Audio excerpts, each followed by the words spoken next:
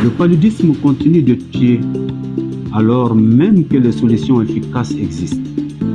Oui, mettre fin au paludisme est désormais possible. Dans nos communautés, le paludisme reste un problème majeur, notamment à cause des manques de moyens de prévention et de l'accès limité aux soins. In my community, the major challenge we face is that we live in environments that enables mosquito to thrive. Le paludisme dans nos communautés n'est pas une statistique, mais cas évitable reflète un échec collectif de notre engagement. Pour mettre fin au paludisme, l'essentiel on implique mieux les communautés dans la lutte contre le paludisme lorsqu'on fait de la sensibilisation de proximité. And also educating members on the importance of early treatment, prevention and the symptoms of malaria. En renforçant le MILDA et le traitement efficace pour toutes les familles, en renforçant la sensibilisation communautaire et l'éducation communautaire, en améliorant les infrastructures sanitaires locales. Nous devons être impliqués dans la sensibilisation et aller sur le terrain, pourquoi pas, parce que quand on voit une personne en situation de handicap dans un programme, automatiquement nos pères se sentent en confiance et se sentent écoutés. Les communautés sont toujours au cœur des solutions. C'est des catalysateurs du changement et l'action doit être immédiate, coordonnée localement.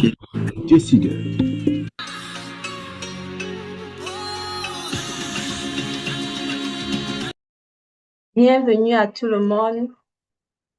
Merci vraiment d'avoir accepté de participer à notre deuxième session du CSFOMI Malaria Civil Society Coffee Talk. Nous allons commencer par remercier déjà tous nos panélistes qui ont voulu participer à ce webinaire de ce matin. Et sans plus tarder, nous allons directement passer aux housekeeping rules avant d'entrer dans le groupe introductif de notre directrice exécutive. Pour ce matin, nous allons déjà noter que notre webinaire est bilingue, donc nous avons le français et l'anglais. Vous pouvez déjà choisir votre langue dans la section interprétation. Votre micro, nous vous prions également de fermer votre micro si vous ne prenez pas la parole, si vous ne parlez pas. Donc, ne l'ouvrez que si vous avez la parole. Nous vous prions vraiment de pouvoir respecter cela. Et également, le fait d'être déjà dans ce webinaire,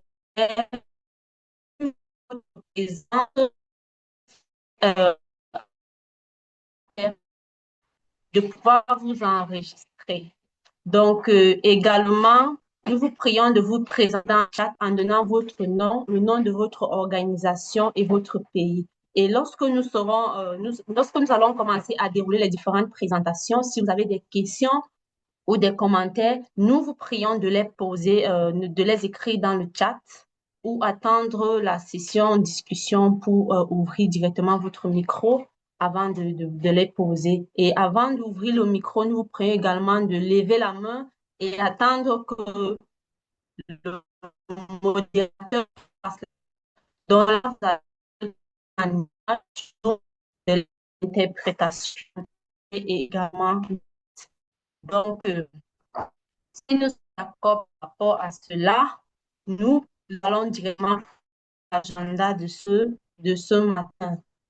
Ce matin, nous avons la chance d'avoir des panélistes de haut niveau qui vont venir nous présenter à tour de rôle le rôle de la société civile dans le protocole d'accord qui a été signé entre les pays africains et le gouvernement américain.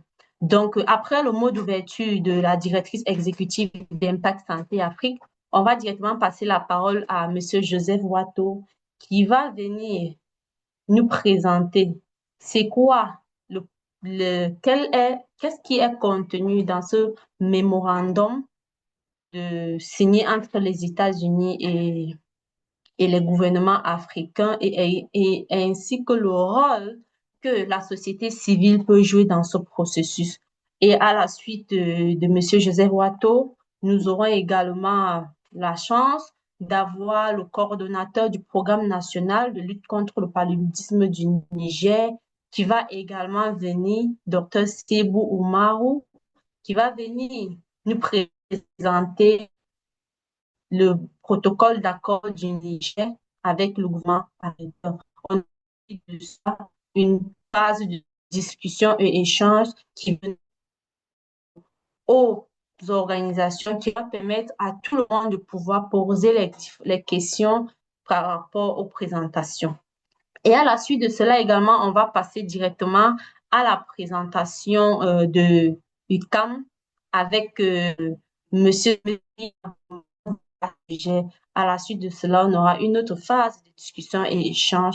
Et comme l'a souligné Fidèle dès l'entame de ses propos, c'est que c'est vraiment une session d'échange où nous souhaitons que, en dehors de ces panélistes, que les autres organisations, d'autres personnes, nous avons également l'honneur d'avoir d'autres coordonnateurs de PNLP qui sont connectés avec nous à cette réunion. Nous souhaitons vivement que ces coordonnateurs également prennent la parole pour nous faire le partage d'expériences de ces protocoles d'accord qui ont été signés entre leur pays et le gouvernement américain. On va directement passer la parole à Monsieur Joseph Wato. Il commence sa présentation. Monsieur Joseph Wato, vous avez la parole, s'il vous plaît. Merci. Merci Sorel de m'avoir passé la parole. Je pense que vous avez la présentation de toute façon et on pourra la dérouler au fur et à mesure. Donc, il m'a été demandé justement de présenter le protocole d'accord et le plan de mise en œuvre de ce qu'on appelait le MOU entre les États-Unis et nos pays africains et le rôle que les organisations de la société civile peuvent jouer dans ce processus qui est en cours. Slide. Alors, en tout cas, pour commencer, j'aimerais bien... vous m'entendez? Alors,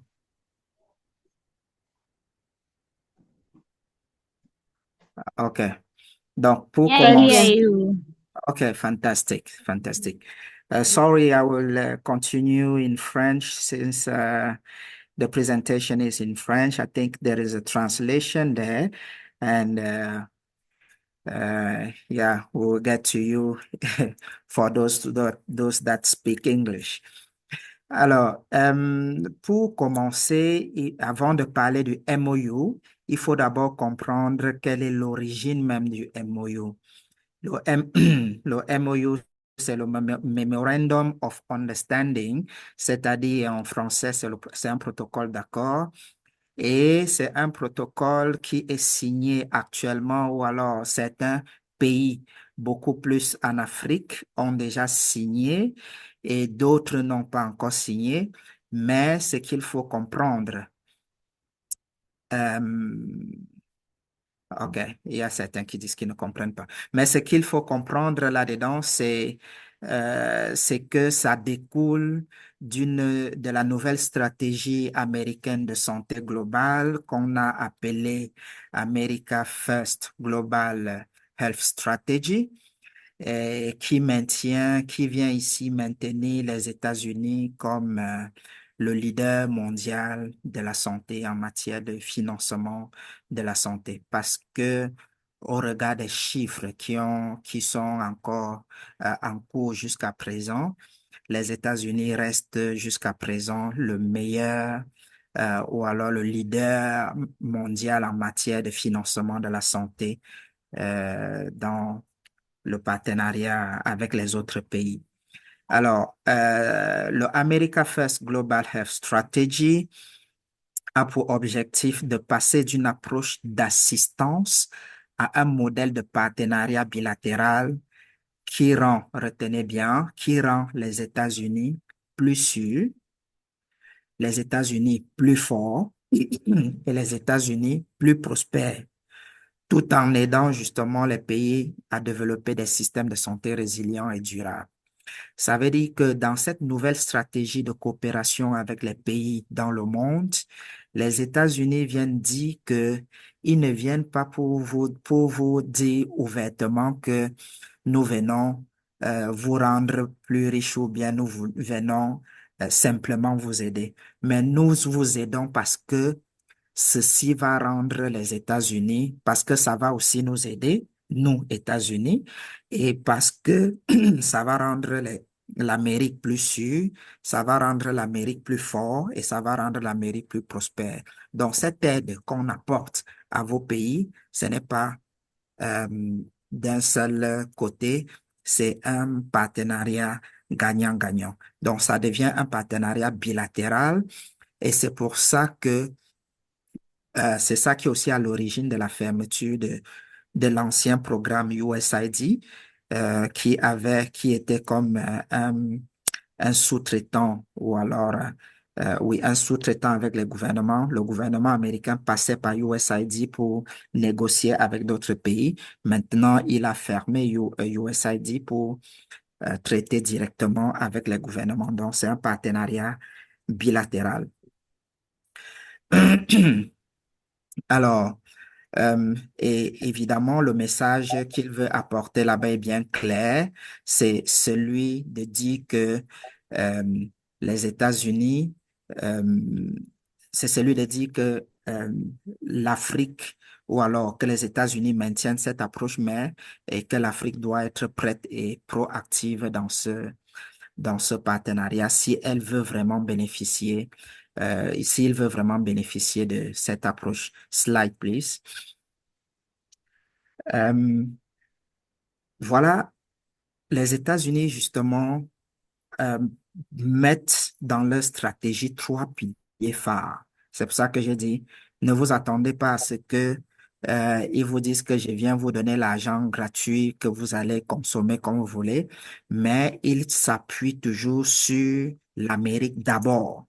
C'est America First, comme son nom l'indique, America First, donc l'Amérique d'abord. Et c'est pour ça que dans son premier pilier dans sa nouvelle stratégie est de rendre l'Amérique plus sûre.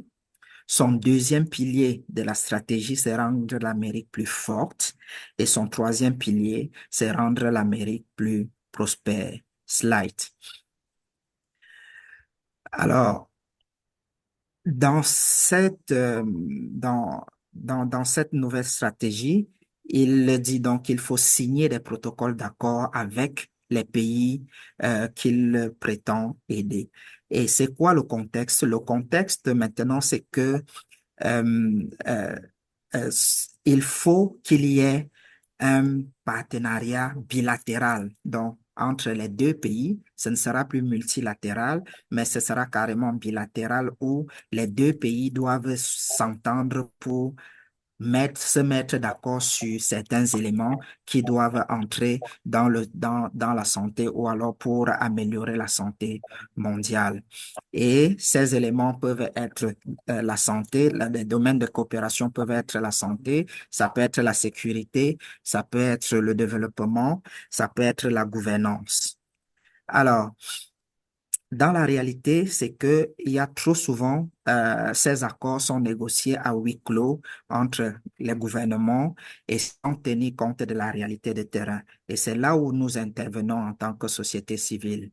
Pourquoi? Parce que l'objectif que nous avons pour lequel nous avons pensé à ce webinaire, c'est que on a voulu que les MOU que nous avons déjà dans nos pays, certains de nos pays ont déjà signé, pour nous, société civile, c'est de décrypter le cycle de vie du MOU, c'est d'identifier les points d'entrée pour nous, société civile, et enfin, c'est de transformer les OSC que nous sommes de simples bénéficiaires en partenaires stratégiques. Slide, please. Alors, en fait, le MOU, dans la réalité, c'est un outil structurant. C'est un outil structurant, c'est-à-dire un accord juridiquement non contraignant, mais politiquement engageant qui pose les jalons de la coopération. Ça veut dire que dans cette stratégie, nous signons des accords. La plupart du temps, c'est peut-être pas souvent contraignant, mais il y a des contraintes parfois aussi cachées là-dedans, Par exemple, dans beaucoup de MOU, on va vous dire que si vous ne respectez pas certains accords dans ce MOU, les États-Unis sont libres de retirer unilatéralement leur financement. Ça, du coup, on voit un peu la contrainte dedans. Et le contenu justement des MOU, comme j'ai dit tout à l'heure, il y a plusieurs domaines de coopération. Et dans le MOU, il y a aussi des modalités de mise en œuvre du MOU. Et enfin, il y a la durée et mécanisme de suivi de ces MOU. Et pourquoi est-ce que nous avons ce webinaire et pourquoi c'est crucial d'avoir ces MOU? C'est parce que le MOU oriente les financements et c'est aussi parce que le MOU définit les priorités nationales pour les 5 ou 10 prochaines années. Donc, avec certains pays, les MOU ont été signés sur 5 ans et pour d'autres, c'est plus de 5 ans. Slide. Il faut comprendre que le MOU a un cycle de vie et si vous connaissez le cycle de vie du MOU, vous pouvez aussi intervenir très rapidement lorsque on veut établir les MOU. Mais il faut dire déjà que la première phase du MOU, c'est la négociation. Et généralement, lors de la négociation, c'est difficile pour les OSC d'être présents dans dans les négociations. Et ça se passe entre l'ambassade des États-Unis dans le pays et le ministère du pays concerné. C'est en ce moment-là qu'eux, ils définissent des priorités. La deuxième phase du processus, c'est la signature. Et la signature se passe toujours entre les autorités politiques et avec un engagement justement officiel. La troisième phase, c'est le plan de mise en œuvre et c'est là où c'est souvent plus important, le plan de mise en œuvre, parce que les 2 premières étapes, si nous avons loupé ça en tant que société civile, nous pouvons intervenir parfois dans le plan de mise en œuvre et c'est généralement avec les agences techniques et les experts.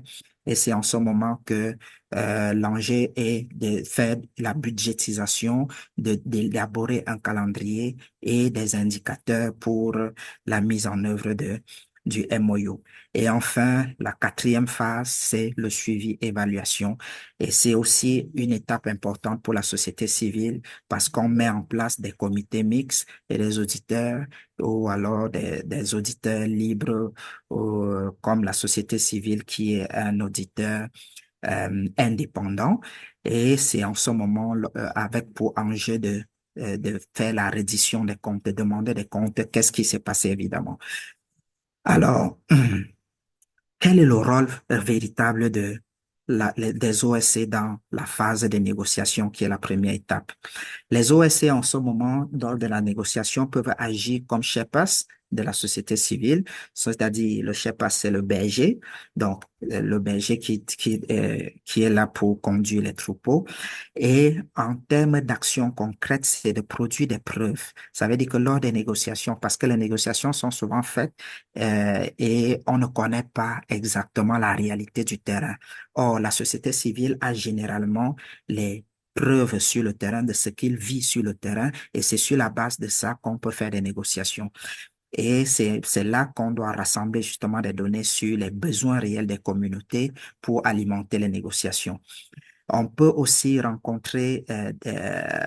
faire des rencontres pré-négociation, c'est-à-dire solliciter des audiences avec l'ambassade des États-Unis si nous sommes au courant d'un MOU qui arrive avant même la rédaction du MOU pour présenter les zones grises ou les enjeux sensibles comme les droits humains, l'environnement et bien d'autres. Et aussi, on peut procéder aux alertes précoces, c'est-à-dire identifier les clauses qui pourraient criminaliser le travail humanitaire ou restreindre les libertés. La deuxième phase, qui est celui de l'opérationnalisation, qu'est-ce que les OSC peuvent faire ici? C'est participer déjà au comité technique, c'est-à-dire plaider pour que des sièges soient réservés, par exemple, aux OSC dans les comités mixtes de pilotage. c'est renforcer des capacités, c'est-à-dire former les acteurs locaux dans les collectivités, les groupes vulnérables, les OSC et bien d'autres, à s'approprier les objectifs du MOU. Et aussi, ils peuvent participer à la médiation, c'est-à-dire jouer le rôle de pont entre les objectifs sécuritaires, stratégiques des États et les réalités sociologiques locales pour éviter les effets pervers, parce que évidemment, c'est les OSC qui connaissent bien le terrain. L'autre phase, l'autre phase, en tout cas, c'est le suivi et redevabilité. Si nous avons des MOU dans nos pays, nous devons être capables de les surveiller. J'ai apprécié, par exemple, dans certains pays de l'Afrique de l'Est et autres, où ils ont intervenu pour les MOU qui ont été signés avec, parce qu'il y avait des indicateurs dedans qui ne permettaient pas vraiment de bénéficier aux populations, par exemple, le partage des données sensibles de la population en priorité avec les États-Unis. Je pense que les OSC se sont mobilisés dans certains pays et ils ont empêché que les MOU soient signés ou alors en fait qu'il y ait une modification de ces MOU. Et dans cette étape-là, qui est le suivi et redevabilité, la société civile devient un acteur incontournable de la transparence. Et nous pouvons justement, à ce titre, créer, par exemple, des observatoires indépendants qui va permettre de faire une veille citoyenne sur la mise en œuvre des MOU, avoir des rapports alternatifs, c'est ça qu'on a appelé le shadow report, qui sera différent du rapport du gouvernement, où ce que nous avons observé, c'est ça qui est notre rapport. Nous faisons notre rapport en dehors de celui du gouvernement pour informer des réalités du terrain, et c'est ça le shadow committee, c'est le shadow report. On peut aussi avoir des mécanismes de plainte parce que c'est prévu. Par exemple, dans les ambassades des États-Unis, il y a des mécanismes de plainte qui peuvent passer par l'inspecteur général du département d'État américain et bien d'autres.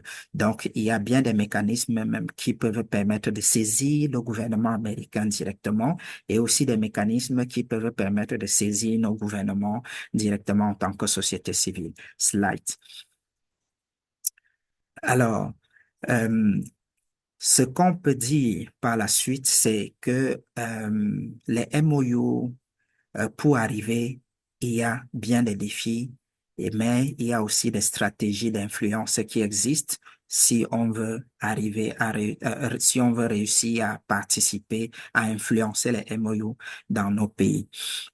Les premiers défis dans ces MOU, c'est le manque d'accès à l'information. La plupart de nous, sociétés civiles, ne sont même pas au courant du moment où les MOU ont été négociés, quand ça a été signé et comment est-ce qu'ils sont en train d'élaborer même la feuille de route et ainsi de suite de mise en œuvre.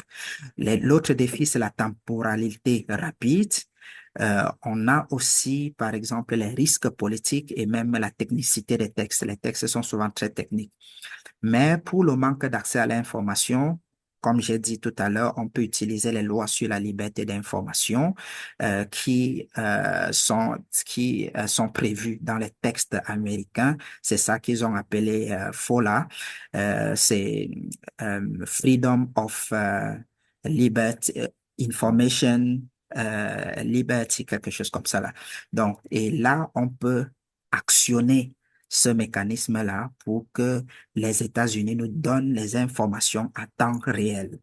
Sur la temporalité, nous pouvons anticiper et maintenir un dialogue permanent avec les coopérations, même hors de la période MOU. Donc, c'est à nous de rechercher des contacts avec le gouvernement américain ou bien nos ambassades dans nos pays pour maintenir ce dialogue et travailler de concert sur ces aspects-là. On peut aussi former ces coalitions pour mutualiser les risques et porter une voix unique. Donc, c'est important que la société civile s'organise comme une coalition et parle d'une même voix lorsqu'il s'agit des MOU, par exemple, de ce genre. Et former aussi au langage juridique et budgétaire, recruter des experts en plaidoyer. Donc, si on ne connaît pas, parce que les textes sont souvent très techniques, et nous devons avoir une certaine connaissance, une certaine expertise pour comprendre même le contenu de ces textes. C'est pour ça qu'on invite à former la société civile sur ces points-là. Et nous avons essayé d'élaborer quelques points d'attention critique dans la plupart des MOU en Afrique pour la société civile. Ce n'est pas exhaustif, mais vous pourrez justement compléter avec certains autres éléments. Le premier point, c'est le partage des données de santé. La plupart des MOU soutiennent le déploiement à l'échelle nationale d'outils de numérisation des données patients. On a vu, par exemple, au Kenya, où un accord comparable a été suspendu par la justice, comme je disais tout à l'heure, et qui porte sur l'utilisation et la gouvernance de ces données stratégiques. Et donc, pour nous, la question est qui possède justement ces données et comment sont-elles protégées? Nous prenons nos données, nous partageons en priorité avec les États-Unis et la personne qui détient nos données de santé est capable de tout faire avec nos données. Et puis même, ça peut être une guerre carrément stratégique ou une guerre sanitaire. Donc, on doit faire attention aux données qui sont partagées. C'est pour ça qu'on doit veiller à ces aspects-là. Le deuxième point, c'est le partage justement des échantillons pathogènes. Et vous allez comprendre que la plupart des MOU, même en Afrique, incluent des clauses sur le partage rapide d'échantillons biologiques. Je ne sais pas si vous comprenez, si vous mesurez la profondeur de cet aspect-là, le partage rapide d'échantillons biologiques avec les centres de recherche américains. Et nous comprenons cela pour nous, cela soulève des enjeux de souveraineté sanitaire et d'accès équitable aux bénéfices. Please. Aïe, aïe. Et d'accès équitable aux bénéfices qui pourraient en découler. Donc, nos données qui sont partagées directement avec les États-Unis et ainsi de suite, qu'est-ce que ça sous-tend? Est-ce que nous sommes même au courant? Est-ce que ce n'est pas déjà une guerre que nous préparons dans nos pays et ainsi de suite? Et l'autre point d'attention, c'est justement le financement qui est conditionnel et contraignant. Sachant que le financement qui est donné dans nos pays ce n'est pas gratuit. Et c'est pour ça que c'est lié justement à l'atteinte de benchmarks de performance. Ça veut dire que lorsque cet argent est donné, vous devez atteindre certains objectifs et de performance, sinon l'argent vous est retiré. Donc, on parle de benchmark de performance et de calendrier strict. Et donc, le risque est que ces conditions dictent les priorités nationales de santé au détriment d'autres urgences locales. Donc, on va retrouver nos pays en train de travailler prioritairement sur l'atteinte des objectifs du MOU américain plutôt que de se concentrer, plutôt que de regarder l'ensemble des problèmes de santé qui minent nos pays. Slide, please. Alors, nous avons essayé d'apporter quelques petites recommandations et vous pourrez compléter peut-être à l'issue de certains webinaires ou bien de certains ateliers qu'on pourra organiser. La première chose que nous avons pensé qu'on pouvait faire en tant qu'OSC, c'est d'abord de faire une cartographie. La cartographie, c'est d'identifier les gatekeepers. Les gatekeepers, c'est les conseillers politiques de l'ambassade, par exemple, les hauts fonctionnaires nationaux. On peut les identifier parce que nous devons entretenir une certaine relation avec eux et créer des alliances, c'est-à-dire créer une coalition dédiée au suivi du MOU. Et cela éviterait d'agir de façon isolée. Et on n'est pas une organisation qui agit seule, mais si on agit tous ensemble avec un groupe, ça pèse plus. Il y a aussi la capitalisation. La capitalisation, c'est documenter systématiquement les engagements pris contre les réalisations sur le terrain. Donc, la capitalisation, c'est justement ça, c'est dit qu'on regarde dans nos MOU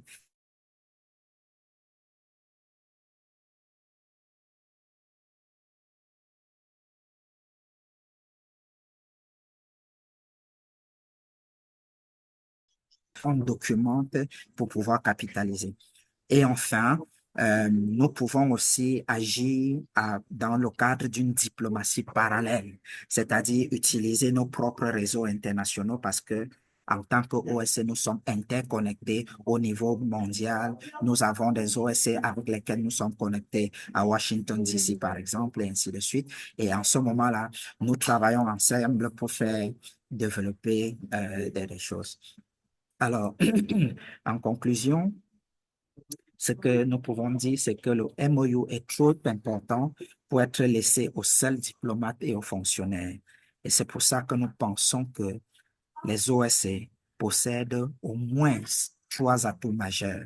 Le premier atout, c'est la légitimité, c'est-à-dire les OSCE possèdent un lien fort avec les communautés. Le deuxième atout, c'est l'expertise.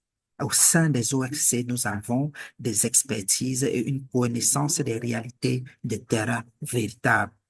Et le troisième atout réel, c'est la persistance. La persistance, c'est-à-dire la capacité de suivre les projets sur le long terme. C'est nous qui devons suivre ces projets-là maintenant parce que avant que les États-Unis n'arrivent, nous étions là.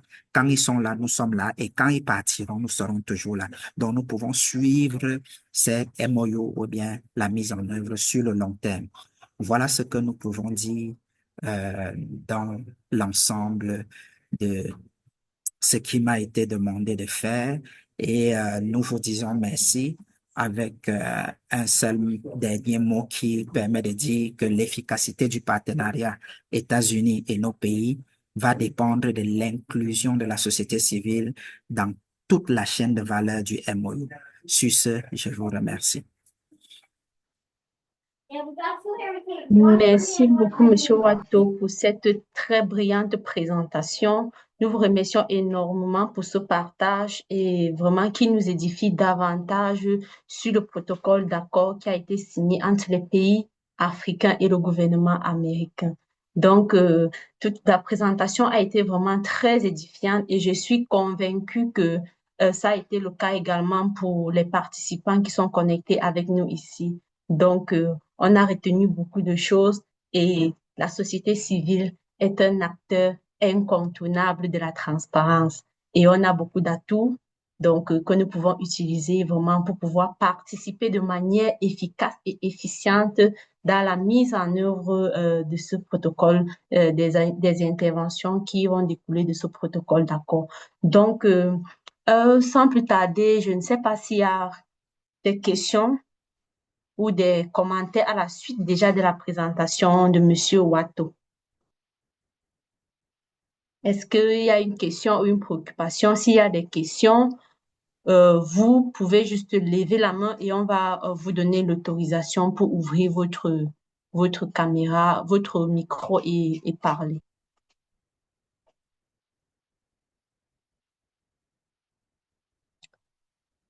Est-ce qu'il y a une main levée? Ou également, vous pouvez mentionner vos questions dans le chat. C'est vrai que nous aurons plusieurs séries de questions durant notre présentation, durant notre webinaire. Est-ce que quelqu'un a une question ou une incompréhension? Sorel, je vois un commentaire de Toumaniel dans le chat. Je crois qu'ils sont pas regardé le commentaire de Toumaniel dans le chat. Toumaniel. Je pense Ok. que ça mérite un Il peu. dit, d'accord. Merci beaucoup, Fidèle. Effectivement, Toumaniel dit, currently, I understand most of CSOs were not on the table during negotiations and signing of MOU. And I suggest CSOs to request this documentation in order to participate meaningful in the implementation and follow-up of the terms of an agreed interventions. Effectivement, Monsieur Toumanier, vous avez parfaitement raison et ce que vous dites est vraiment pertinent. Il est vraiment important pour les organisations de la société civile de participer activement dans l'implémentation et le suivi de ces interventions. Ok, je vois le docteur, Monsieur Moutanga Dia qui a la main levée. Oui, Monsieur Dia, docteur Dia, vous avez la parole. Merci. Et merci pour l'occasion que vous nous donnez de d'avoir une meilleure compréhension de ce processus de coopération entre l'ambassade des États-Unis et nos différents pays. Plus tard qu'hier et avant-hier, j'ai assisté à un atelier dans la région de Diourbel, où se trouve l'université où je travaille, d'un consortium d'ONG qui ont signé un accord et qui doivent mettre en œuvre des interventions dans le domaine de la nutrition et de la santé communautaire en général. Bon, ce que je retiens plus ou moins globalement, c'est deux choses. D'abord, que la table rase qui a été faite sur tout ce que la société civile était en train d'entreprendre et de faire à travers l'USAID. On a fait table rase, il y a eu des dommages même que les organisations ont dû subir, mais on n'en parle pas. On n'en parle pas, c'est le blackout total. On fait comme si ça n'avait pas existé. Ça, c'est quelque chose que je regrette. Mais ça découle d'une situation. La deuxième remarque que je veux faire, c'est chez nous, il y a un proverbe qui dit être démuni ou être pauvre, c'est commettre une faute. Donc tout ça, si on a besoin d'un partenaire qui brutalement peut arrêter sans se soucier de ce que vous devenez ou de ce que vous étiez en train de faire, c'est parce que peut-être vous êtes à un niveau économiquement plus faible et que donc vous devez vraiment redoubler d'efforts. Et ça, c'est un appel d'un aîné vis-à-vis de la jeunesse africaine à redoubler d'efforts. Allô, Dr Ndia, nous vous avons perdu. Oui. Ah oui? Oui, nous vous avons perdu. Oui, très bien maintenant. Vous m'entendez maintenant? Oui, très bien. Est-ce que vous m'entendez maintenant?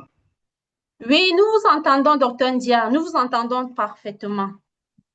Donc, je faisais deux remarques. L'une, je disais que les organisations de la société civile comme la nôtre ont dû subir des dommages avec l'arrêt brutal des programmes de l'USAID. Bon, maintenant, ils sont revenus par la fenêtre à travers l'ambassade des États-Unis, mais sans même évoquer la situation que les organisations ont dû subir durant cette période noire. Et la deuxième remarque, donc je disais que chez nous, il y a un proverbe qui dit que le fait d'être démuni ou d'être pauvre, être pauvre, c'est commettre une faute. Ça veut dire quand vous êtes économiquement plus faible, vous risquez gros en matière de considération de vos idées, de valorisation de votre travail. Et donc ça, c'est un appel, je disais, d'un aîné vis-à-vis de la jeunesse africaine pour redoubler d'efforts, pour nous hisser à un niveau économiquement plus enviable. J'ai donné l'exemple de la Coupe du Monde actuelle où en 48 heures, vous voyez 3 équipes africaines, Sénégal, Côte d'Ivoire, Congo, qui tiennent une victoire qui leur aurait permis de passer en 8e de finale et donc d'engranger des milliards de francs CFA et paf, on s'effondre à 5 minutes de la fin du match. Ça veut dire que nous devons faire vraiment une introspection, essayer de redoubler d'efforts pour apprendre à compter sur nous-mêmes. Voilà, chez nous, il y a certains discours souverainistes qui accompagnent le discours politique, mais qui doit être traduit par un engagement à travailler dans le sérieux, à bien travailler, toujours travailler, encore travailler, comme disait notre ancien président.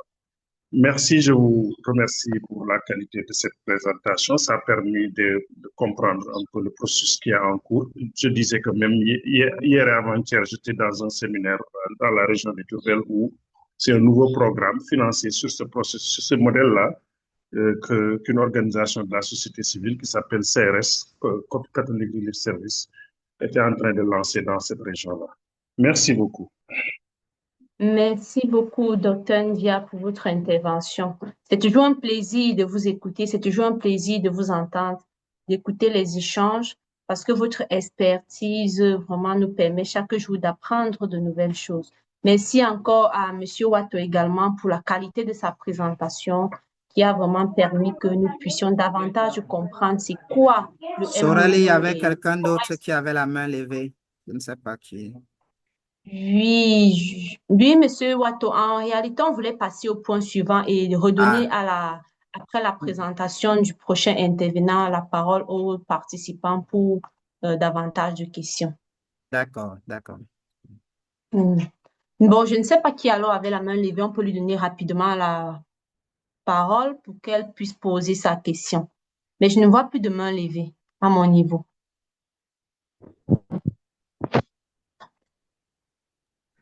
Ah Hamza, oui, je la main vois levée. la main levée de Hamza. Oui, Monsieur Hamza, vous avez la parole, s'il vous plaît. Oui, bonjour à tout le monde. Merci beaucoup. Merci une fois de plus à Impact Santé Afrique pour l'organisation de ce webinaire. Toujours très important avec des thématiques assez intéressantes. Moi, je voudrais juste emboîter le pas à Dr. Dia par rapport vraiment à cette question du concept de souveraineté nationale. Je pense que c'est des éléments qui ne sont pas nouveaux, c'est des concepts qui ne sont pas nouveaux, mais je pense qu'ils ont besoin de contenu nouveau. Et de contenu nouveau dans le sens de pouvoir vraiment matérialiser tous ces discours souverainistes qui se font de part et d'autre des différents pays d'Afrique, et surtout ce discours de souverainisme pour que véritablement nous puissions, au niveau de nos pays de l'Afrique et de par le monde, d'autres pays qui sont dans la même situation que nous, de pouvoir véritablement assurer la mobilisation des ressources nécessaires pour que nous puissions vraiment de manière souveraine, comme on l'a dit, prendre en charge les questions les plus cruciales, notamment la question de la santé de nos communautés. Donc, c'est pour cela que je voulais juste dire que moi, je souhaiterais que on puisse réfléchir ensemble pour qu'on puisse, pourquoi pas, avoir des supports, des guides, des fiches pratiques, des documents qui peuvent orienter les organisations de la société civile par rapport à la question des souverainetés. Merci beaucoup. Merci beaucoup, Monsieur Watto, pour cette très belle recommandation. Nous la notons. Merci. Merci, Sora. Hamza, C'était Hamza qui avait fait la recommandation. oui, c'est ce que je voulais dire, Monsieur Hamza. Si tu me permets, Sorel, je vais rapidement intervenir après la recommandation d'Hamza. Merci, Hamza. C'est très pertinent ce que tu as soulevé. On a tendance à ne pas être, comme Joseph l'a si bien dit dans sa présentation, à ne pas être suffisamment outillé sur ce nouveau type de partenariat qu'est le MOU. Et il faudrait peut-être qu'on puisse fournir des outils un peu plus faciles avec un vocabulaire compréhensible pour tous, ce qui sous-tend ce nouveau type de collaboration entre les pays et le gouvernement américain pour que la société civile se sente un peu plus impliquée dans le suivi. Et je pense qu'avec l'appui de vous tous, qui êtes des experts avérés dans au niveau communautaire et dans ce type de partenariat, on pourra travailler en tant que réseau CSON pour pouvoir développer peut-être un mini-guide pour pouvoir, ou même un petit dépliant pour pouvoir mieux informer la société civile sur cet aspect, sur comment est-ce qu'elle peut mieux s'impliquer dans la mise en œuvre pour le suivi de ce type de partenariat tel que le MOU signé que signent les gouvernements avec les États-Unis d'Amérique. Merci beaucoup à toi, Hamza, pour cette remarque. Nous avons noté cela comme l'une des recommandations de cette session du Coffee Talk. Merci, Sora, je te repasse la parole. Merci beaucoup, Fidèle, pour ton intervention. Sans plus tarder, nous allons directement passer la parole à Monsieur Mulumba Mathias Souna, qui est le directeur exécutif de l'organisation UCAM située en Ouganda. Il va également venir nous faire sa présentation sur la même thématique. Monsieur Mulumba, vous avez la parole, s'il vous plaît. All right, thank you so much, my sister. Good this afternoon here in Uganda. Good afternoon, ladies and gentlemen. I just want to make my slides into the floor, and then probably I'll spend a few minutes going through them. I shared most of these slides to some of the groups that we already have. For purposes of knowing who is presenting, allow me open my video briefly. But as you know, our internet is not very good, so I not take all the time with an open video as I present. My topic, like we already see, is about presenting on the role of civil society organizations in implementing the Uganda-United States Memorandum of Understanding. And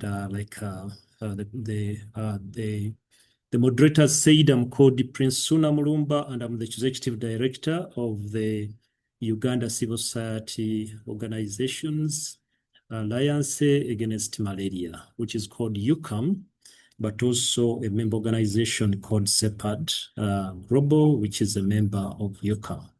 My presentation outline is so brief to have introductions, and most of the introductions have been made before about CS4Me and also the Memorandum of Understanding about UCAM and CEPAD. I just spend 1 minute so that I go to the main area of presentation.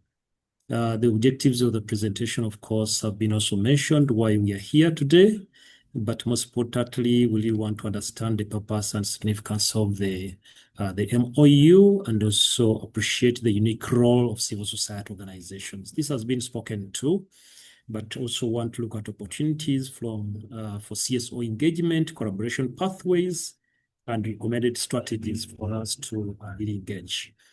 This was presented to all of us. As we know, this is the Malaria Civil Society Coffee Talk, and I just engaged a few of my colleagues, both in government, but also in civil society in Uganda, to develop this for Uganda perspective. So when you look at what we have presented, it's about Uganda and how we view some of these issues. I already introduced myself. I'm based in Uganda, and some of these details, I think the slides will be presented to all of us for us to appreciate the background from which I present as a researcher from Center for Participatory Research and Development, but also coordinating the coalition of all civil society in Uganda. We are lucky that we are hosted at the Ministry of Health headquarters as a coalition, much as we are civil society coalition, and sometimes we peep into the boardrooms and somehow get some of this information, and I was privileged to be involved from the start.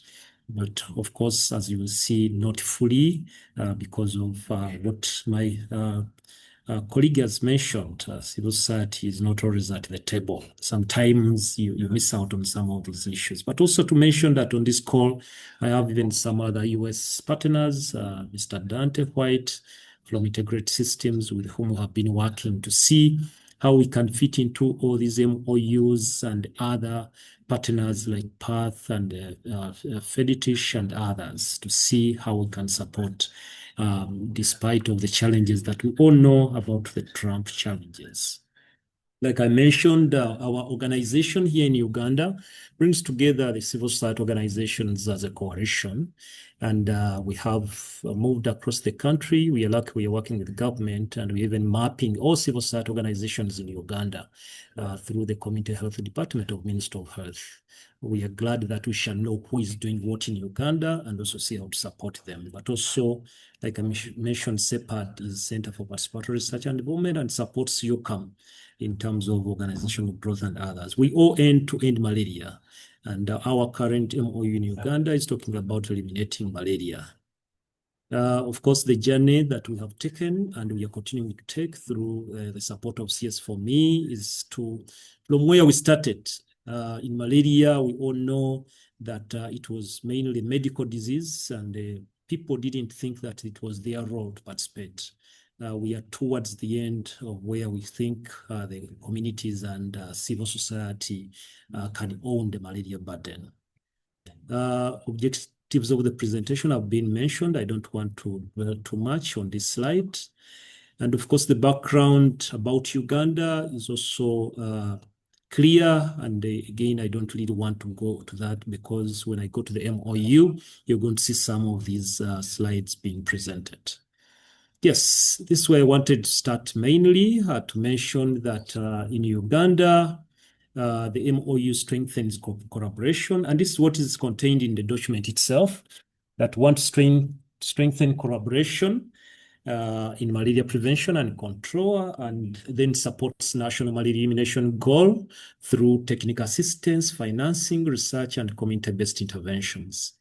Implementation of the MOU presents an opportunity to reduce the burden of HIV, TB, and malaria, and enhance surveillance and outbreak response and improve health systems. Unlike Uganda, we all understand in Africa, some countries have refused this memorandum of understanding, and this is one of the shortfalls which is going to affect us as African countries because of the unpalatable clauses or terms, including the sovereignty.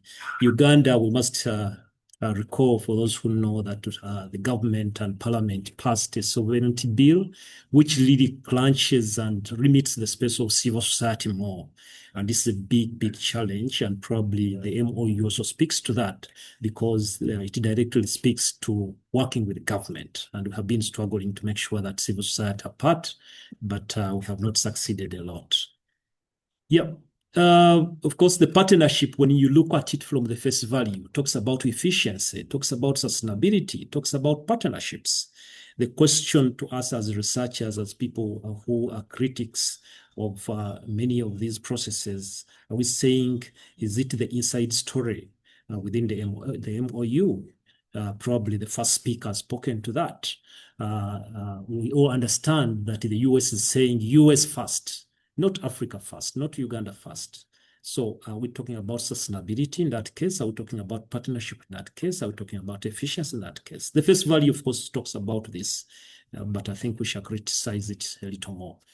These are the key facts for the Uganda MOU. As you can see, the duration begins April this year and ends in December 2030. And when you look at the US government funding, it's about 1.7 billion. It's very good money, which I think can support the whole process of some of the challenges. And of course, the country also has to invest about 500 million shillings, not shillings, but US dollars. There are 7 areas of cooperation, which is under Section 2, and malaria is one of them. And of course, the objectives have been spoken to by my colleague. The breakdown of how much is coming to each of the years is also presented here, but I'll not dwell much on that. This slide, this information, I picked it from some of the slides that were presented to our CCM board. I must put a disclaimer that they may have changed towards the end of the signing of the MOU, because despite my struggle and also connection to the ministry, I was not able to get the final copy of the MOU, and that speaks to what my colleague also mentioned. We may be involved, but are we involved meaningfully? If I cannot access the MOU final copy as a leader of a coalition at national level, what about my fellow civil society organizations on the ground? This slide is interesting. If you can look at it, the MOU targets the real issues that we face in Uganda about the children mortality rates. And like you can see, it is saying that we shall reduce the child mortality rates by almost 60%. You can see we are also talking about malaria deaths by 2030, that we should have less, and probably talking to the strategic plan that we have as Uganda of elimination of malaria. I'm happy with this if this can be achieved. The 7 areas of cooperation, like I mentioned, surveillance and outbreak response, laboratory systems, commodities, frontline health workers, data systems, strategic assistance, and additional responsibilities. Of course, the budget at a snapshot, I wanted to just highlight, when you look at the budget, it's talking about all the other areas that are going to be supported. Yeah. But malaria, look at how miserable malaria is being supported at only 1.9 million. And others, like you can see, have substantial amounts of money. So are we talking about reducing malaria in that case? That is a question that remains with us. Here, I also picked this slide again from the presentation that was done to the CCM. And when you look at this slide, yes, you can see the different support levels in the first chart. And you can see the community support is only 15%. as compared to 100%. So are we talking about community engagement in this MOU? I think this is a question that we need also to answer. And I think it was one of the struggles we, as representatives of the civil society organizations, made when we met the community, and we met the Minister of Health and the US government when they were first presenting about this MOU, was saying, where is the community in all this? Yes, this is about the malaria. I picked this from of course, from the draft, like I said, the MOU that I managed to access. It talks about very interesting figures of how malaria will be decreased and reduced by 50% from those numbers that you can see. And of course, strengthening prevention, case management, surveillance, and community engagement. But my question again is community engagement. Some of these words are rosy. They are put into the MOU, but the question still remains about community engagement. The priority areas, when you look at the priority areas, if the other was the overall objective, I would think that the priority areas, which are currently 3, in another document I found 6, but none of them talked about community engagement. You can look at strategy 1, strengthening malaria case management. Yes, we may have community there, but not so much. Scaling up and sustaining vector control interventions. Yes, community, we are trying as a Uganda, strengthening malaria surveillance and monitoring systems. Yes, but when it comes to real budget breakdown, our, for example, CLM, community-led monitoring, which we are struggling with, probably is not really prioritized. Yes, we can say this what is presented from government about where civil society fits in.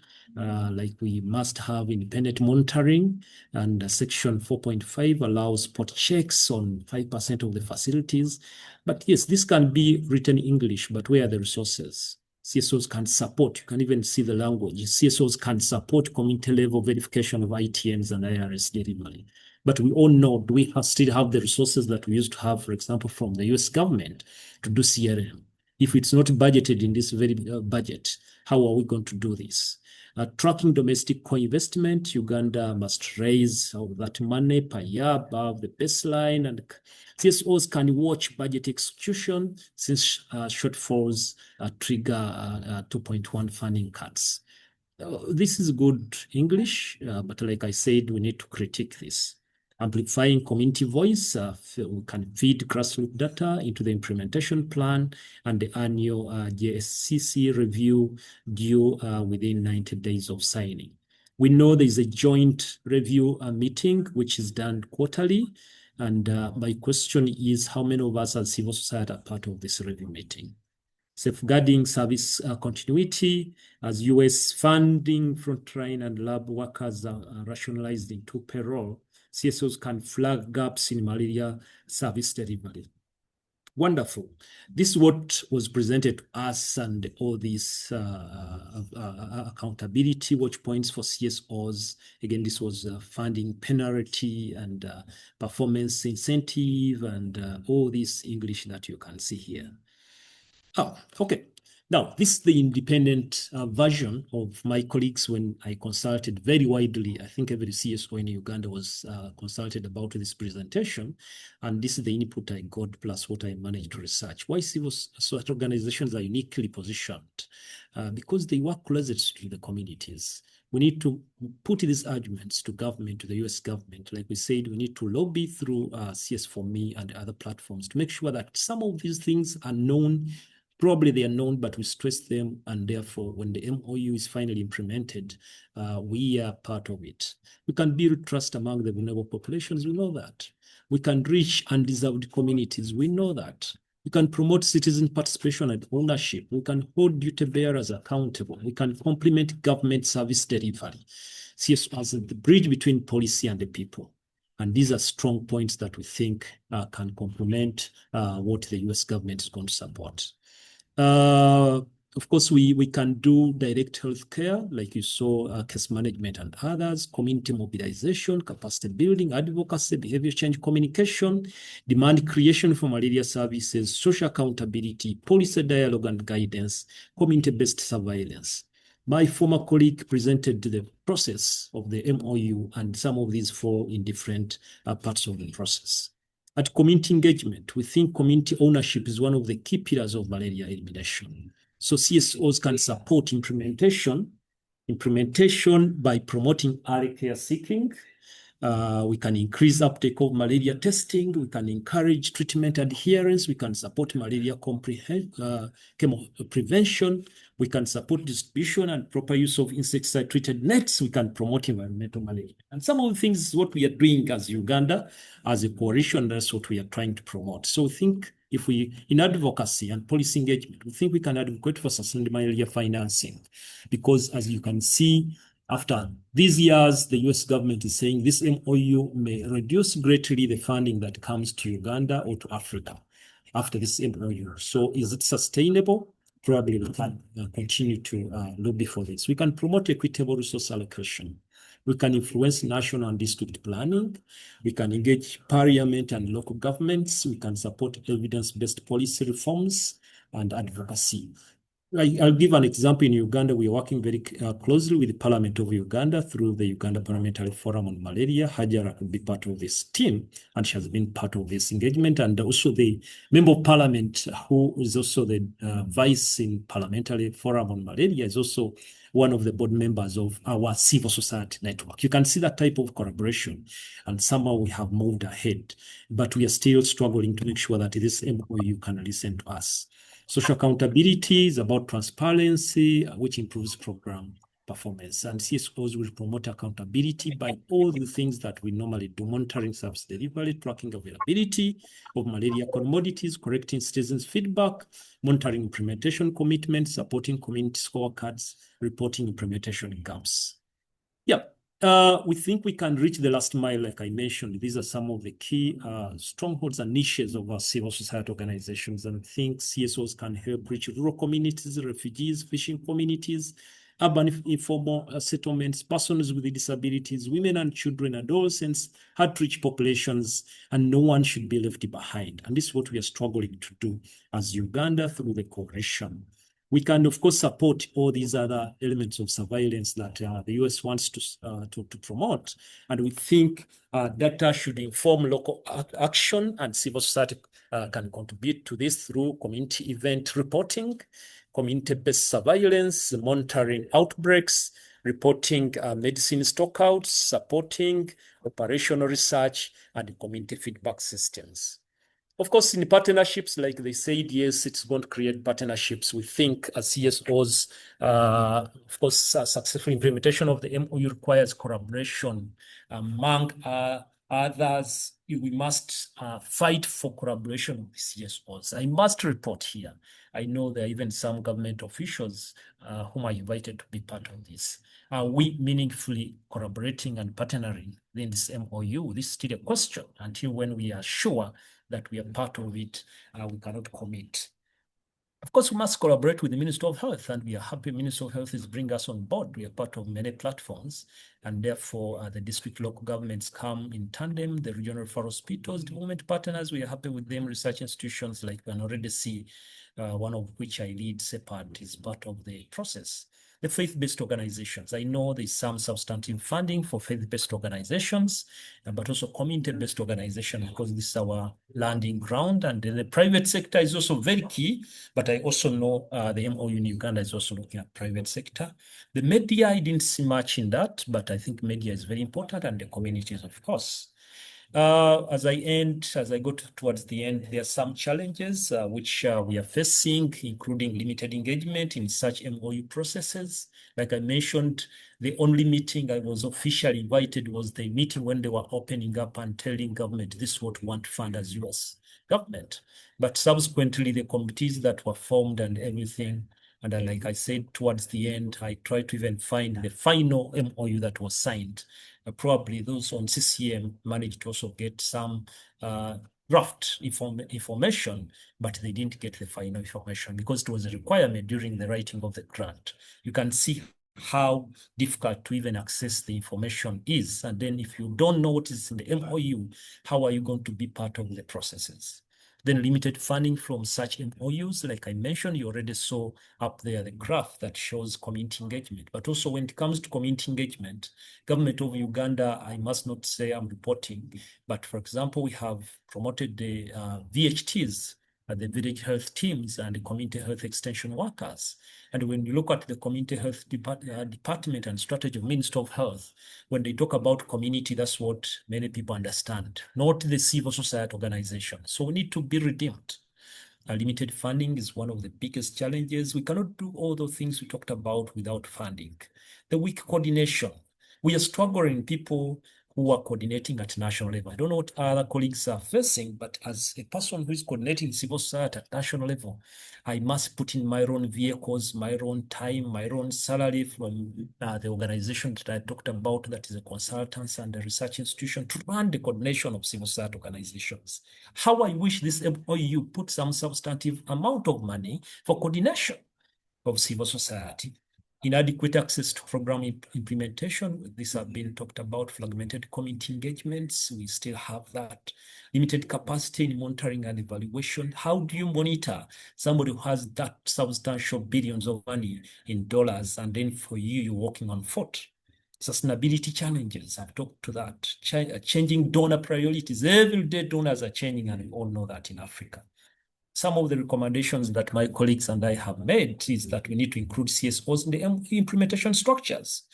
We need to fight at national level, at regional level, like we said, my predecessor in the presentation, even international organizations, so that we push the US government to make sure that we are part of this. Strengthen community engagement platforms, invest in CSO capacity building. This is very, very important. We have struggled.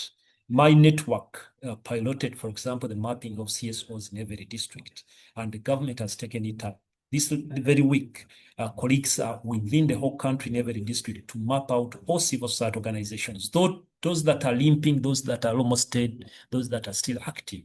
At the next level, we are pushing for even the current grant of Global Fund is to build their capacity, to wake them up for sustainability. We are talking about issues of philanthropy, because this Muzungu, we call him Muzungu here in Uganda, the white man, may not give us money always, but can we also look for local resources through philanthropy and part of the East African Philanthropy Forum? I know some members are even part of this. We are pushing for this.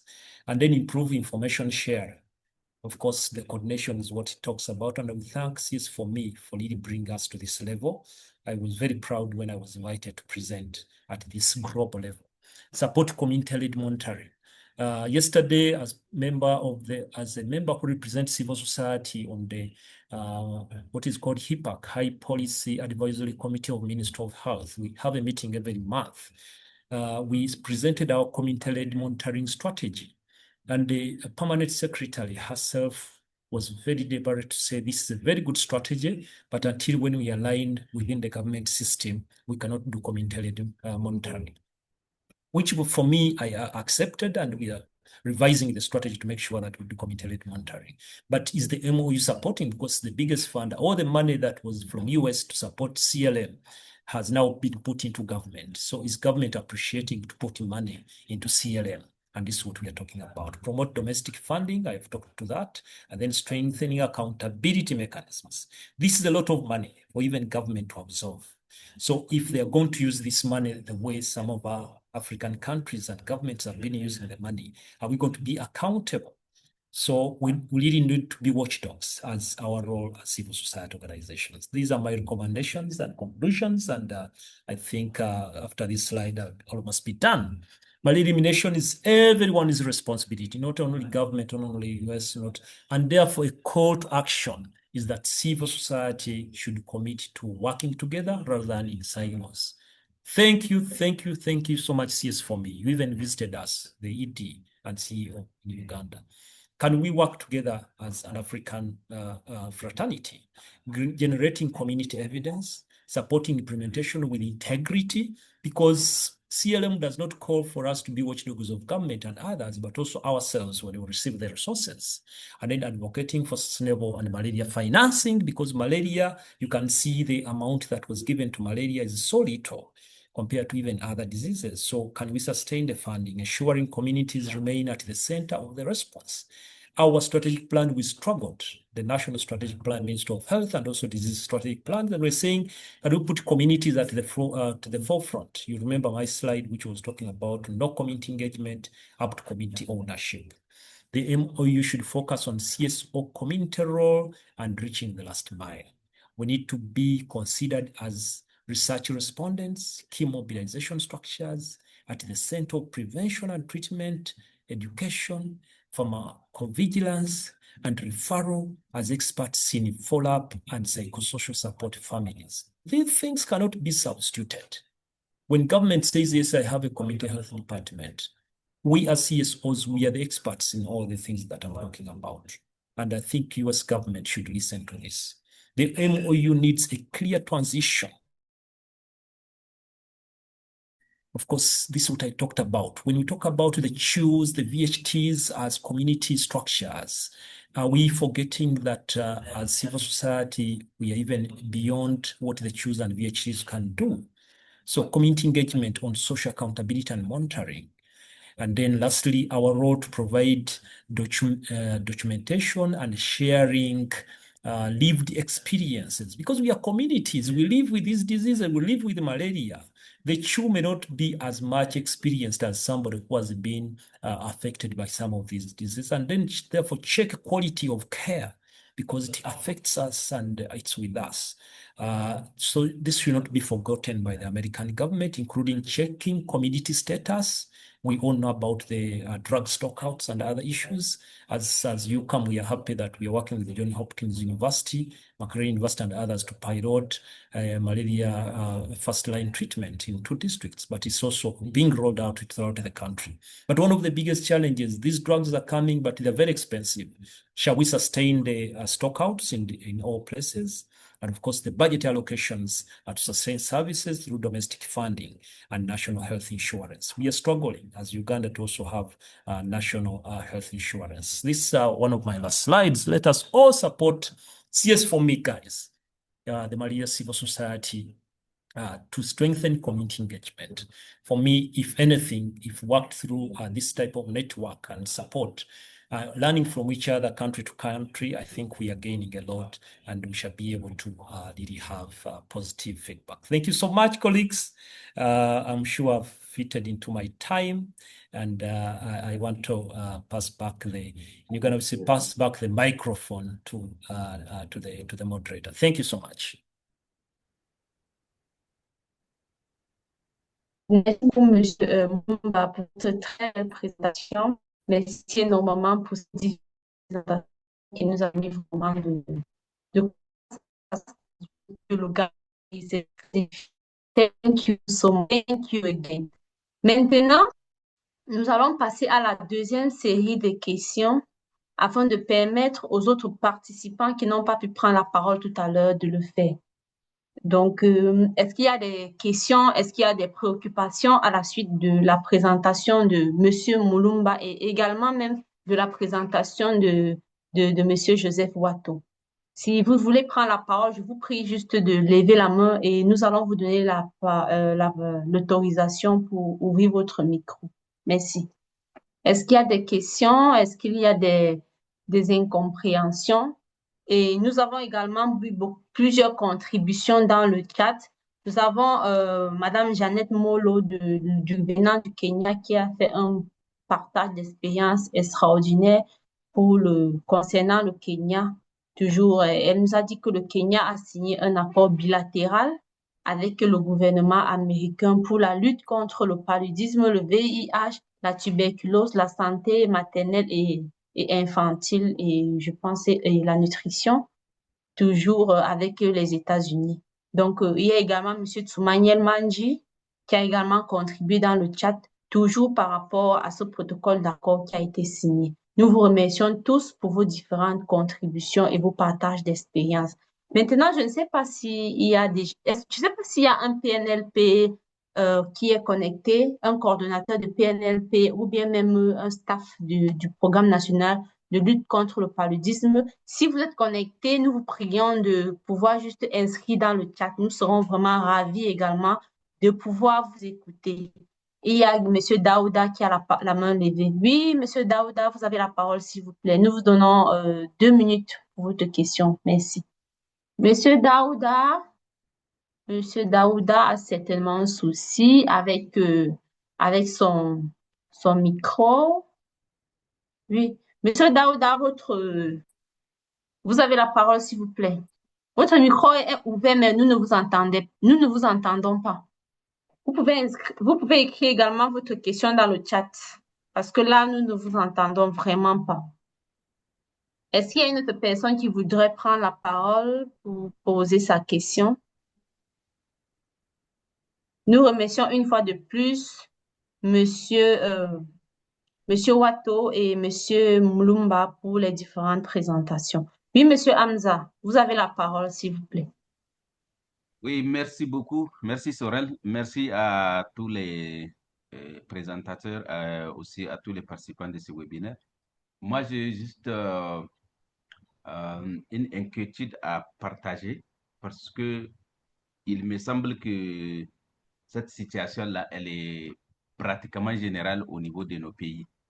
En fait, c'est l'accès aux documents de protocoles qui sont signés entre nos différents gouvernements et le gouvernement des États-Unis. En tout cas, dans beaucoup de pays, dont le mien, le document-là n'est pas accessible.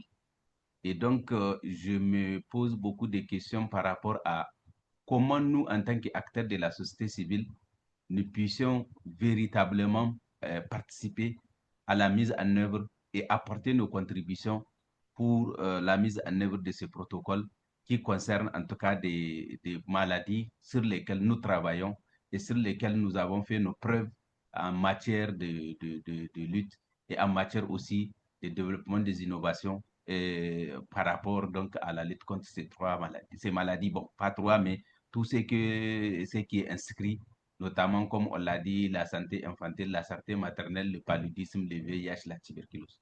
Donc, vraiment, moi, c'est cette inquiétude-là que je voulais que nous puissions vraiment réfléchir tous ensemble. Comment faire en sorte que nous puissions avoir vraiment accès à ces documents et avoir les informations nécessaires. Et je voulais savoir ici, dans cette plateforme, est-ce que il y a un pays où les organisations de la société civile ont eu accès à ces documents? Merci beaucoup.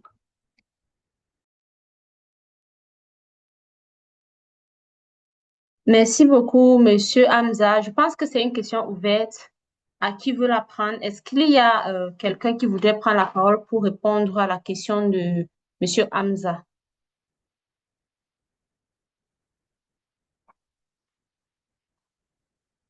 Parce que je sais quand même que c'est vrai que dans la majorité des pays, c'est très confidentiel et les organisations de la société civile n'ont vraiment pas accès à cette documentation. Pourtant, c'est de notre droit de pouvoir avoir accès à cette documentation. Mais je pense qu'il y a quand même un site sur, je sais pas si c'est le site du Fonds mondial ou c'est eCity, qui donne la possibilité à toute personne de pouvoir avoir accès aux documentations qu'ils partagent pour les pays, tout ce qui est relatif au MOU, aux demandes de financement et bien d'autres choses. Sorel, Donc, je pense que moi, on je va pense mieux. que je voudrais vous dire quelque Oui, chose.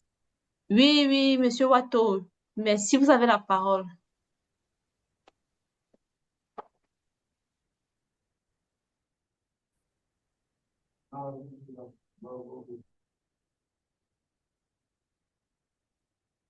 On ne vous entend pas, Monsieur Watto. Allô? Je pense que nous avons un souci de connexion avec Monsieur Watto. Il va certainement nous revenir sous peu. Est-ce qu'il y a d'autres questions? Est-ce qu'il y a d'autres commentaires? Sinon, donc j'étais en train de dire que il y a un lien que nous allons vous partager sous peu dans le groupe Sorel, pour que vous puissiez, oui, Fidèle, à toi la parole, s'il te plaît, pour que vous puissiez avoir accès à à d'autres documents. Et je pense que vous pourriez avoir aussi accès à cette documentation-là via ce lien. Merci. oui, je voulais dire à ta suite, et certainement avant que Joseph ne reprenne la parole, que normalement, toute organisation de la société civile peut se rapprocher de son PNLP au PNEP pour pouvoir euh, s'enquérir de l'état d'avancement du MOU qui a été signé entre le pays et le gouvernement américain. Donc, normalement, les PNLP ont cette information et dans les normes de choses, ce n'est pas censé être une information cachée, puisque tôt ou tard, même le gouvernement américain va le publier sur son site à travers l'ambassade des États-Unis dans les différents pays. Donc, je dois nous dire plus en plus d'informations là-dessus. Mais les PNLP sont facilement accessibles pour pouvoir entrer en possession de ces documents, de la version qui a été signée et ainsi en prendre de plus en plus d'informations par rapport à cela. Je crois également que Prince va nous dire davantage sur comment est-ce que eux, en Ouganda, ils ont réussi à pouvoir avoir l'information de la part sur le contenu du MOU et comment la société civile s'est organisée là-bas. Donc peut-être Joseph va dire quelque chose avant que Prince ne reprenne la parole. Joseph, D'accord. à toi. Oui, je pense que la problématique sur l'accès à l'information concernant le MOU, c'est une problématique importante pour beaucoup de nos pays. Et il faut dire que l'accès à cette information est souvent très compliqué. Et c'est souvent, généralement, lorsque les choses sont déjà faites, que on publie. Ça veut dire simplement, quand je vous ai présenté les 4 étapes du MOU, vous allez voir que les 2 premières étapes, généralement même, la société civile n'est pas à l'intérieur et donc n'est même pas informée, ne savent pas à quel moment les négociations ont commencé et parfois sont juste au courant du moment où c'est déjà signé. Et ce n'est même pas tout le monde qui est au courant de que cette affaire a été signée. Et du coup, ça devient un peu souvent compliqué. Donc, beaucoup de pays, même les PNLP, parce que ce n'est pas seulement, ça ne concerne pas seulement les programmes paludisme, mais la santé en général, les programmes particulièrement, il y en a beaucoup qui n'ont même pas vraiment le contenu ou alors l'ensemble des éléments qui sont contenus, qui sont contenus dans le MOU. Ça veut dire qu'on va vous donner seulement certains aspects du MOU, certains aspects du MOU qui concernent peut-être votre programme comme le programme paludisme, mais on ne va pas vous donner tout le document MOU parce qu'on estime que c'est un document hautement stratégique et politique et ils préfèrent garder ça toujours en interne et puis contourner. Et c'est quand les choses sont déjà, ils ont déjà fini avec qu'ils publient. Et du coup, ça devient très compliqué pour nous, société civile, d'y participer. C'est pour ça que je disais, comme avec le présentateur aussi de l'Ouganda, que il est important que nous puissions nous mobiliser parce que de toutes les façons, on peut pas avoir facilement l'information, on peut pas avoir accès facilement aux documents entiers et on va attendre que ce soit publié par l'ambassade des États-Unis avant même d'avoir accès parce que parfois les ministères, c'est souvent aussi compliqué de les avoir, mais on peut avoir certaines informations par l'ambassade en engageant les mécanismes que eux-mêmes ils ont prévus dans le gouvernement, que le gouvernement américain a prévu pour l'accès à l'information. Donc, on peut engager ces mécanismes et pour engager ça, il faut que nous nous mobilisons et que nous faisions peut-être des lettres claires qui disent que nous voulons avoir accès à telle information selon tel acte de tel acte qui est inscrit dans les documents américains, l'acte sur le Freedom of Information. Donc, ça, c'est des mécanismes qu'on peut engager si on veut vraiment avoir accès parce que de toutes les façons, même l'élaboration de la feuille de route ainsi de suite de mise en œuvre, il y a beaucoup d'entre nous qui ne savent même pas là où ça se trouve et comment, qu'est-ce qui est même fait en ce moment, où est-ce qu'ils sont. Mais vous allez seulement entendre vers les derniers moments comment on cherche déjà maintenant les gens qui vont implémenter et qu'on va vous dire même que c'est déjà en train d'être implémenté. Donc, certains pays ont poussé, comme on a vu le Kenya, comme on a vu d'autres pays, et pour avoir vite l'information sur ça et c'est parce que les organisations se sont mobilisées et ont parlé d'une même voix pour pouvoir pousser à ce que on leur donne accès à ces documents. Si nous ne faisons pas comme ça, on n'aura jamais accès à l'information si nous ne partons pas en tant que, de façon unie, en tant que groupe d'organisation de la société civile. Voilà. Merci beaucoup, Monsieur Wato, pour votre contribution. Nous avons l'honneur d'avoir le docteur Sebou Moussa Oumarou, qui est le coordonnateur du programme national de lutte contre le paludisme au Niger. Donc, il va nous entretenir un moment sur ce protocole d'accord qui a été signé avec le Niger. Monsieur docteur Sebou, vous avez la parole, s'il vous plaît. Merci. Bonjour, Sorel. Bonjour, docteur Sebou. Vous nous recevez? Très bien, merci. Bon, en fait, je suis vraiment en région actuellement. C'est vrai que j'ai été sollicité pour participer à cet appel par rapport à mémorandum d'entente signé entre le Niger et le gouvernement américain. Et j'ai aussi suivi l'intervention de Hamza du Niger, en tout cas qui disait n'avoir pas, qui faisait pas de difficultés d'accès à ces documents de convention. Ce que je peux dire, c'est que le document ne concerne pas seulement le paludisme.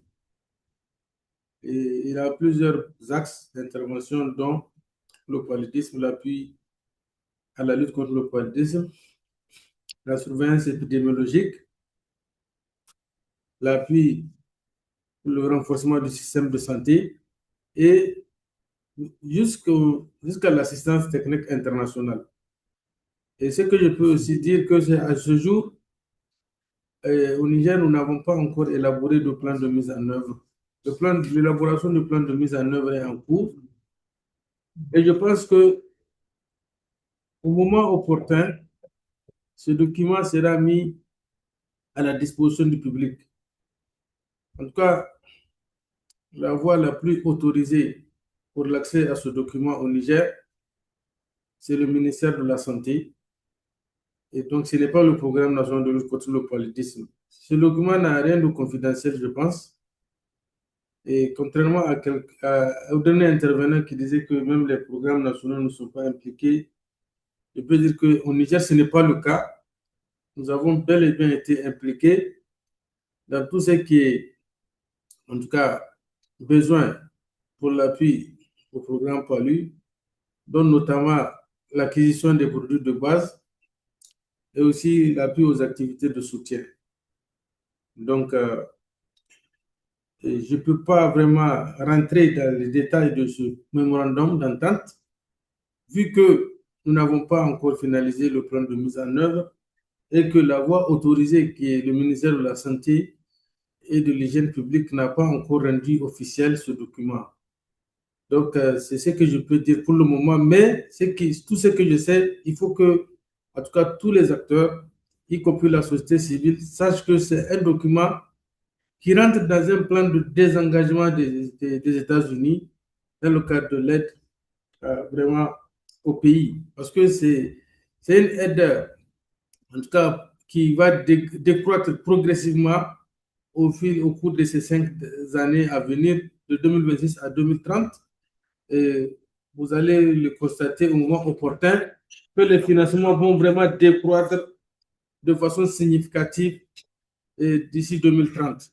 Ce qui doit nous pousser à vraiment à nous préparer aussi à des mécanismes, à des alternatives pour faire face aux besoins, aux dépenses de santé dans nos pays. Et je pense que nous avons besoin de la contribution de tous pour vraiment nous préparer à cette situation de baisse de financement qui ne concerne pas seulement le gouvernement des États-Unis, mais tous les partenaires, en tout cas, nous annoncent des plans de retrait, des réductions des financements au cours des prochaines années. Donc, c'est ça aussi l'information nos pays doivent se préparer vraiment à se prendre en charge dans les prochaines années, au vu, en tout cas, du retrait des financements des partenaires extérieurs. Merci.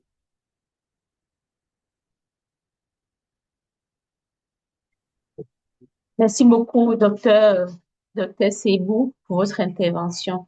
Merci d'avoir pris un peu de votre temps pour vous connecter et faire ce partage d'informations qui est essentiel pour nous et surtout pour pouvoir participer pleinement dans ce processus. Merci énormément.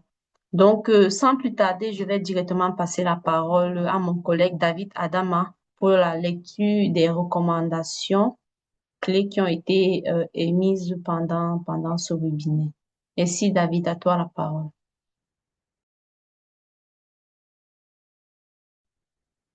Ok, merci beaucoup Sorel pour la parole donnée. Merci à tous les participants qui ont pu se joindre à nous par rapport à cette deuxième session du Coffee Malaria Coffee Talk. Je vais rapidement formuler les recommandations qui ont été prises ici sur 5 points principaux qui sont la gouvernance et la participation.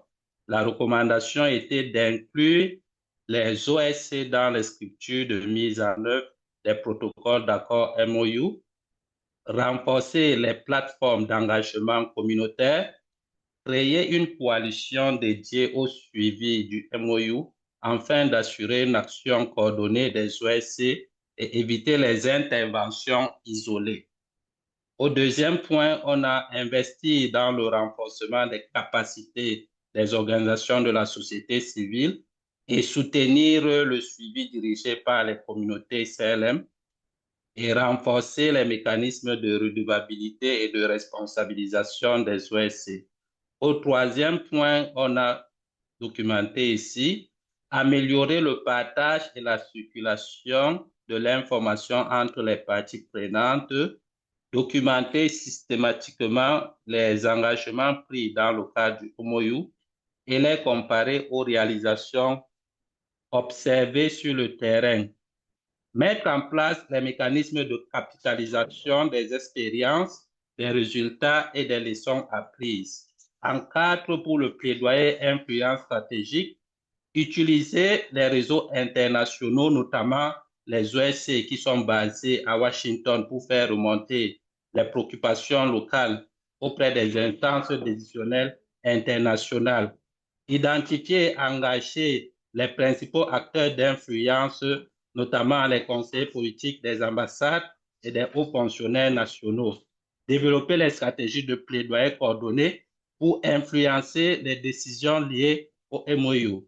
Et le cinquième point pour finir, financement et durabilité, promouvoir le financement domestique afin de garantir la pérennité des initiatives communautaires et des actions des OSC. Merci beaucoup à tous.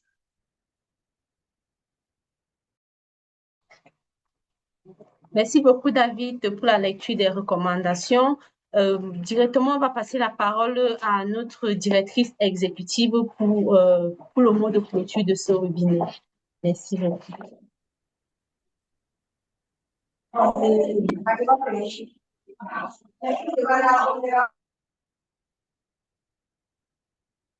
Okay, thank you very much.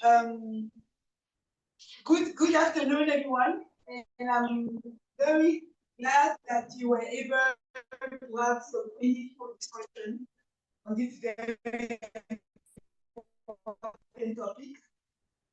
Civil society to be extremely vigilant during this process. It's going to that are supposed to support our community needs and wanting to be involved in the process, urgent and think it's necessary for our community. So I look forward to support. We look forward to support all of you in that process with the recommendation that came from your discussion.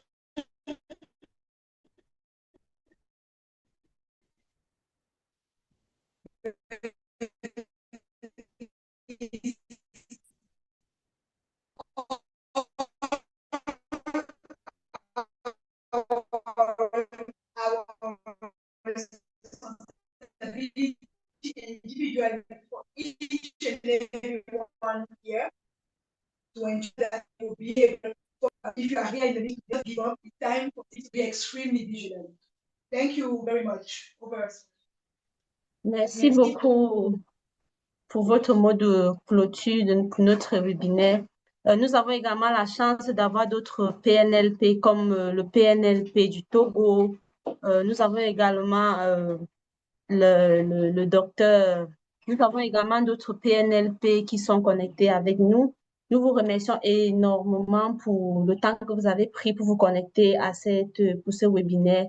Donc, je profite une fois de plus pour remercier nos panélistes, particulièrement M. Watto, M. Moulumba et le Dr Sebou, qui ont pris de leur temps pour participer à ces réunions, pour nous préparer quelque chose de vraiment intéressant, pour qu'on puisse avoir des informations enrichissantes concernant les protocoles d'accord qui ont été signés avec les pays africains. Je vous remercie pour ça et vraiment, on va se dire, après la photo de famille, on va se dire que les next steps vont suivre. Il y a eu beaucoup de très belles recommandations qui ont été lues par David. Donc, on va s'atteler à suivre ces recommandations afin d'avoir vraiment l'impact que nous voulons à la suite de ce webinaire. Merci.